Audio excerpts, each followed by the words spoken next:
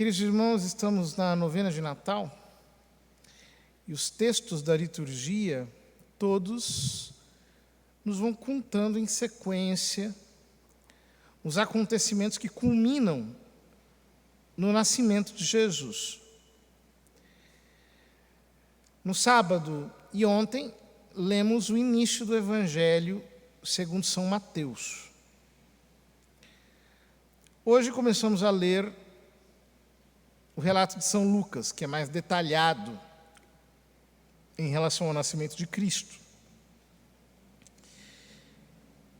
E o Evangelho de São Lucas começa com um breve prólogo e depois de uma introdução histórica, ele simplesmente diz: nos dias de Herodes, rei da Judéia, vivia um sacerdote chamado Zacarias, do grupo de Abia. E assim ele inicia o relato da história do nascimento de Jesus. O Evangelho segundo São Lucas, ele tem 3 capítulos iniciais. No capítulo 1, ele trata da concepção de Jesus e de São João Batista, que é o precursor. No capítulo 2, ele trata do nascimento de Jesus, que é, digamos assim, a sua vida fora do ventre. E no capítulo 3, ele fala do batismo de Jesus, que é quando ele aparece para o mundo. Então, todos esses mistérios nós celebramos no tempo do Natal. Nós celebramos a concepção, o mistério da encarnação, a gravidez, celebramos o nascimento de Cristo, seus anos de vida oculta, e terminamos o tempo do Natal propriamente celebrando a festa da Epifania, que se desdobra na festa do batismo do Senhor. Então, tudo isso está, por assim dizer, condensado nos 3 primeiros capítulos de São Lucas, também de São Mateus. Portanto, o primeiro capítulo que começamos a ler hoje começa com a narração da concepção de São João Batista, que foi, digamos assim, anunciada pelo ministério do mesmo santo anjo que anunciou o nascimento do Messias. Então, assim como nós temos uma anunciação a Zacarias, nós temos uma anunciação a Maria, assim como nós temos o nascimento de São João Batista, nós temos o nascimento de Jesus. E esses paralelismos todos formam um conjunto muito bonito, que eu não tenho tempo de explicar aqui nos detalhes. Mas, nos dias de Herodes, rei da Judéia, vivia um sacerdote chamado Zacarias, do grupo de Abia. O que significa isso? Ele era sacerdote, portanto, ele era da tribo de Levi, e sendo ele da tribo de Levi, da classe sacerdotal, a tribo de Levi era a tribo sacerdotal,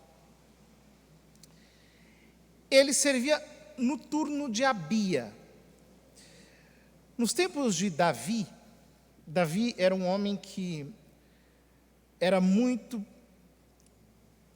preocupado com o culto divino. Então, na tenda de Davi, havia turnos de oração contínuos. Ele contratou mais de 2.000 músicos para continuamente, naquele tempo, ficarem salmodiando no tabernáculo, naquela tenda.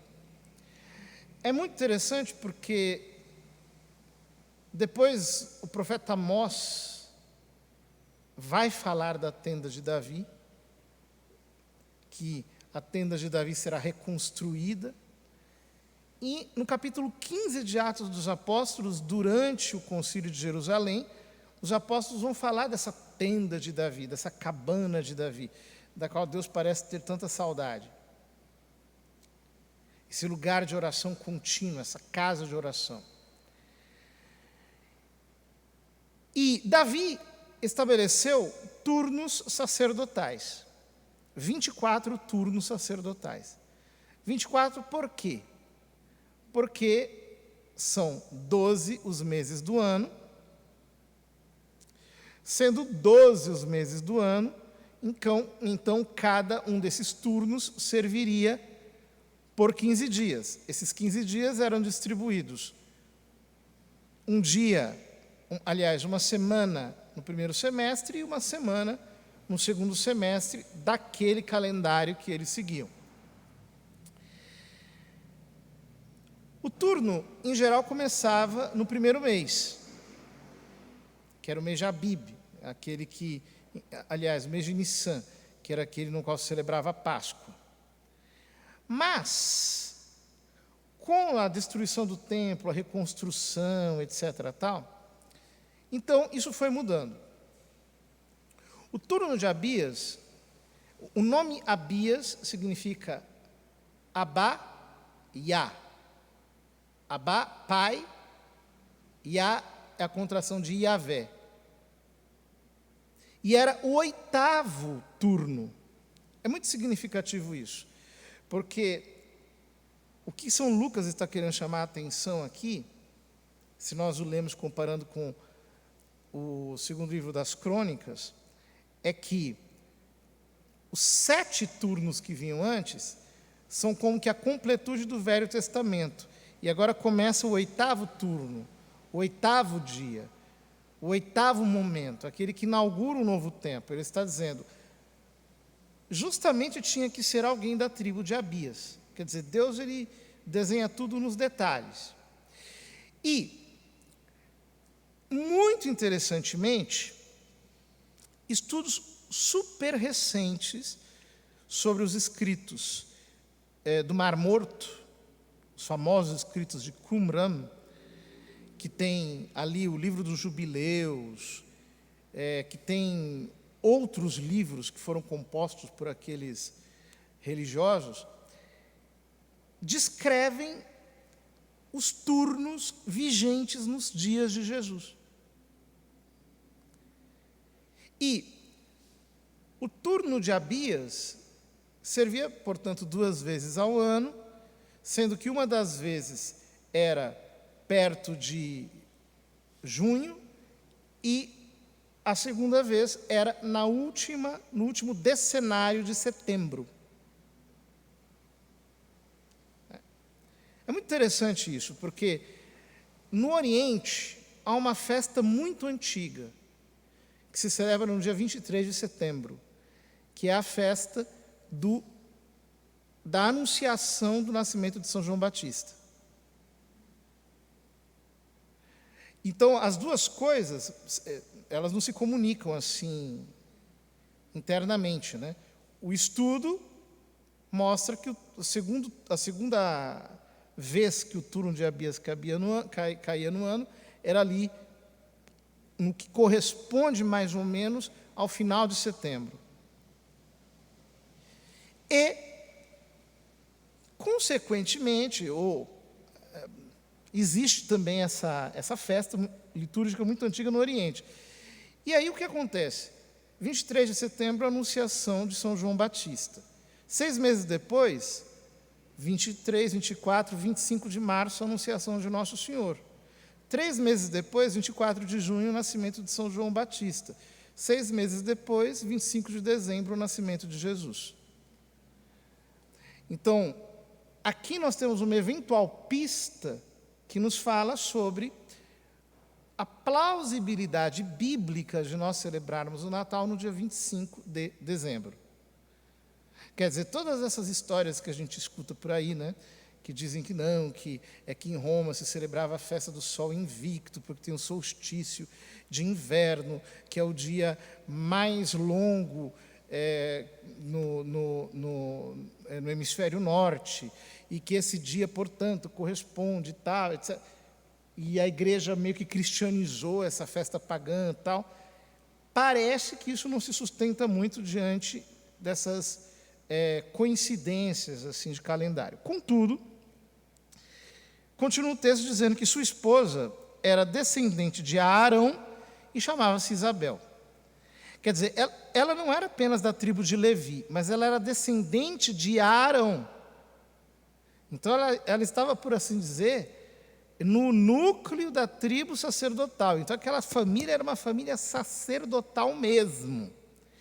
Interessante que o nome Zacarias significa aquele que Deus escuta.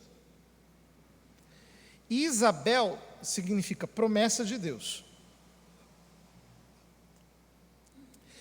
Então, ambos são ditos aqui, o São Lucas continua dizendo que eram justos diante de Deus e obedeciam fielmente a todos os mandamentos e ordens do Senhor. Porém, não tinham filhos, porque Isabel era estéril e os dois já eram de idade avançada. Isabel era estéril. O que significa isso? O que São Lucas está nos descrevendo aqui é exatamente o cenário do Velho Testamento. O sacerdócio levítico e a lei judaica eram estéreis. Não produziam vida. Como dizia São Paulo, a letra mata, é o espírito que vivifica. Então, eles representam a justiça do Velho Testamento, em que os homens estão ali obedecendo, mas a graça da vida sobrenatural ainda não havia caído sobre eles.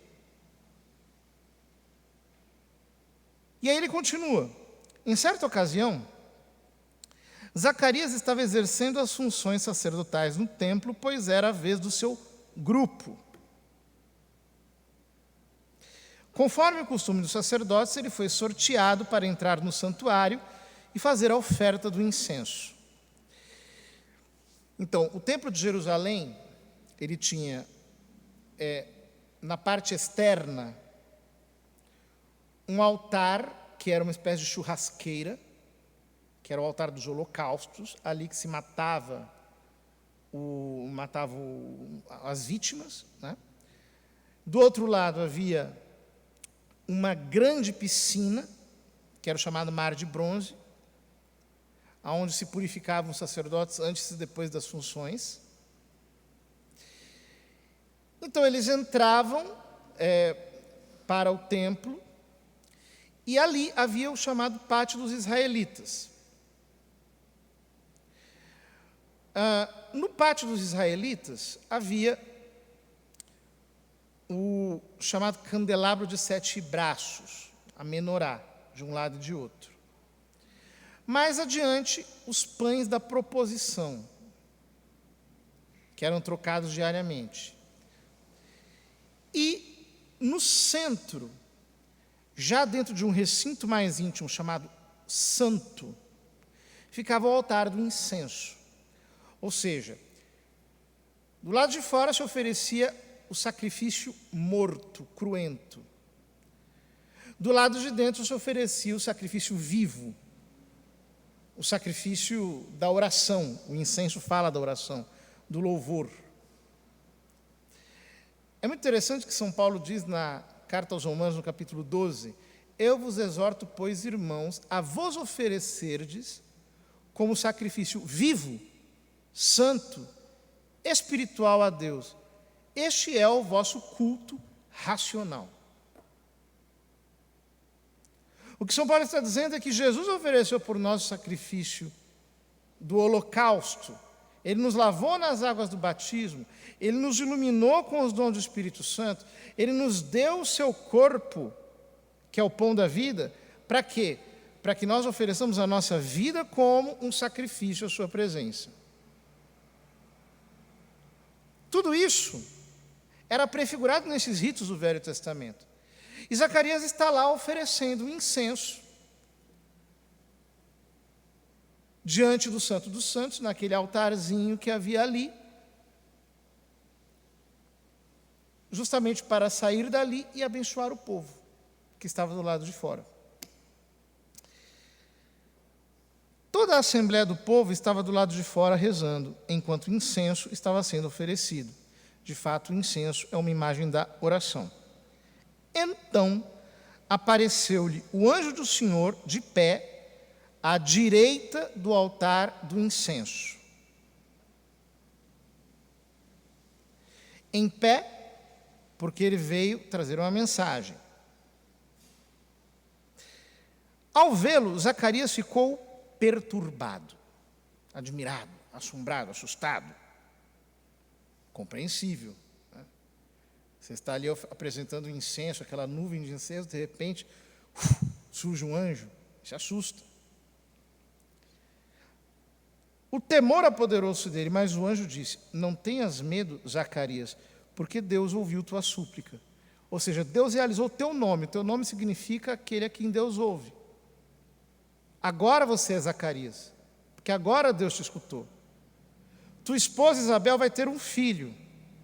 Tua esposa Isabel, aquela que prometeu a Deus, ou aquela que tem uma promessa de Deus, vai ter um filho. E tu lhe darás o nome de João. João significa agraciado, significa aquele que recebe graça. E graça tem a ver com alegria. E por isso ele diz: tu ficarás alegre e feliz. E muita gente se alegrará com o nascimento do menino, porque ele será grande diante do Senhor. E ele explica qual é a grandeza de João. Ele diz: não beberá vinho nem bebida fermentada. Em comparação com a primeira leitura, que mostra a anunciação do nascimento de Sansão, e em que o anjo diz a Manoé que o menino não beberá vinho, bebida fermentada, lâmina não passará pela sua cabeça, porque ele será um nazireu. Nazireu, ou seja, ele será um consagrado. Então ele não beberá vinho nem bebida fermentada, por quê? Porque ele será consagrado, ou seja, porque ele é chamado a uma sobriedade total, completa, absoluta. Assim como os sacerdotes não podiam tomar vinho nem bebida fermentada para exercer as suas funções no templo, sob pena de morte, ele estaria sempre servindo ao Senhor com a sua sobriedade, com o seu culto racional, como uma mente sensata, lúcida, que compreende a voz de Deus.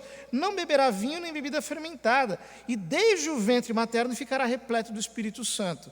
É o que diz São Paulo aos Efésios, no capítulo 3, versículo 23. Não vos embriagueis com vinho, no qual há dissolução, mas enchei-vos do Espírito Santo. E de fato, São João Batista foi cheio do Espírito Santo e purificado do pecado original, ainda no ventre materno, quando Maria Santíssima vai visitar Isabel.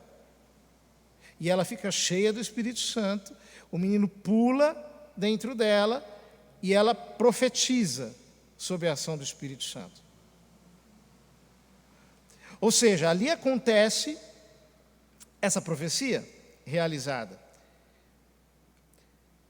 E por que ele é um nazireu?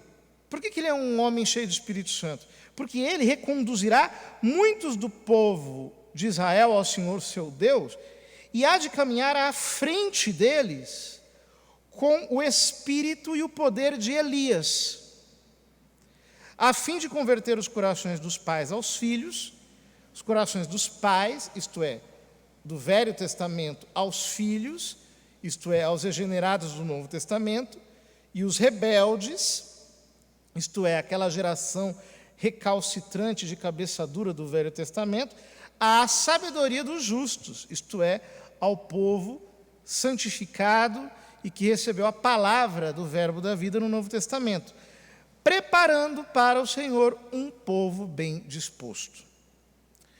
Ou seja, ele será tudo isso,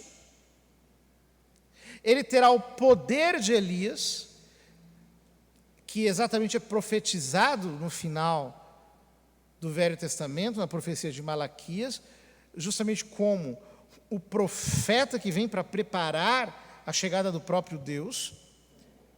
Ele virá com o espírito de Elias, com a autoridade de Elias, que era como uma seta de fogo, com uma chama inflamada, para preparar para o Senhor um povo bem disposto, um povo que esteja na expectativa de acolher o Messias.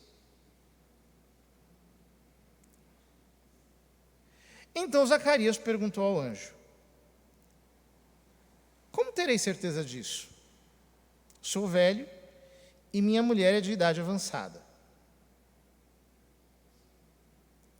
Ou seja, ele tira os olhos da palavra e volta os olhos para a sua carne. Ele diz: eu sou velho, eu já sou impotente. A minha mulher já era estéril quando nova, e agora então que ela já é velha, como que eu vou ter certeza disso? Mas que pergunta, Zacarias? Você está falando com um anjo de Deus. É um anjo de Deus que está aí diante de você. E por isso o anjo respondeu-lhe: eu sou Gabriel. O nome Gabriel significa força de Deus. Eu sou a força de Deus, eu sou Gabriel. Estou sempre na presença de Deus e fui enviado para dar-te esta boa notícia. Eis que ficarás mudo, e não poderás falar até o dia em que essas coisas aconteçam, porque tu não acreditaste nas minhas palavras que hão de se cumprir no tempo certo. Ou seja, o povo do Velho Testamento duvidou no seu coração. Nós vemos, por exemplo, o Senhor dizer no Salmo 94: não endureçais os vossos corações, como em Meriba, como em Massa, no deserto, quando vossos pais me provocaram. Eles endureceram. E por quê? Eles se recusaram a crer, eles se tornaram mudos. É muito interessante porque na carta de São Paulo aos Romanos, no capítulo 10, ele diz: a fé vem pelo ouvir a palavra de Deus. Mas é crendo com o coração que se alcança a justiça, e professando a fé com a boca que se adquire a salvação. Então você tem que ouvir com o ouvido, crer com o coração e professar com a boca. Zacarias ouve com o ouvido, mas como ele não crê com o coração, ele fica mudo.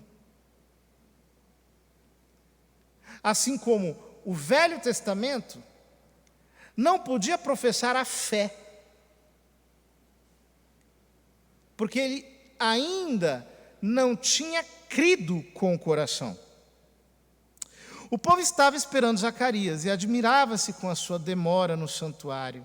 Essa demora no santuário é a demora do Velho Testamento, séculos e séculos e séculos e séculos. Como diz o início da carta aos Hebreus, né? Outrora Deus falou aos nossos pais pelos profetas, mas nesses dias que são os últimos, falou-nos pelo seu próprio Filho.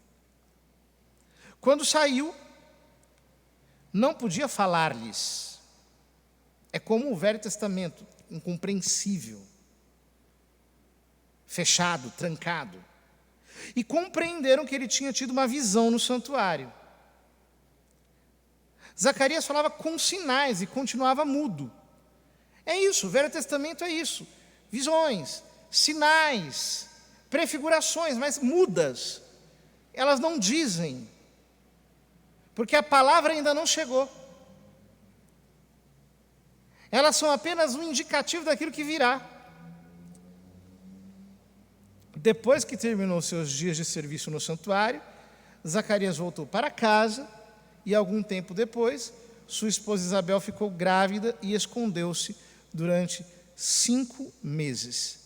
Ela dizia: eis o que o Senhor fez por mim nos dias em que Ele se dignou tirar-me da humilhação pública. Ela se esconde. Ela se esconde por quê? Porque a revelação do Novo Testamento ainda não estava completa. Toda a economia do Velho Testamento fala de ocultamento, escondimento, de um mistério que vai se desvelando. Por isso, ao longo desses dias da novena de Natal, nós vamos como que vendo o desvelamento desse mistério, que vai se tornando mais e mais patente. Mas Deus é sábio.